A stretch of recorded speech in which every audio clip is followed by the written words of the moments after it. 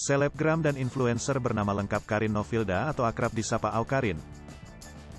Sejak tahun 2018 kemarin sudah membuat pengumuman keinginannya rehat dari media sosial. Tetapi sampai saat ini akun Instagramnya masih digunakan Awkarin. Baru-baru ini Awkarin mengungkapkan bahwa dirinya ingin pensiun dari dunia selebgram dan influencer. Dilansir dari kanal YouTube Menjadi Manusia, Awkarin menerangkan bahwa dirinya mengidap bipolar dan borderline personality disorder, BPD. Bipolar adalah gangguan mental yang ditandai dengan perubahan emosi yang sangat drastis. Seseorang yang menderita bipolar dapat merasakan gejala mania, sangat senang, dan depresif, sangat terpuruk.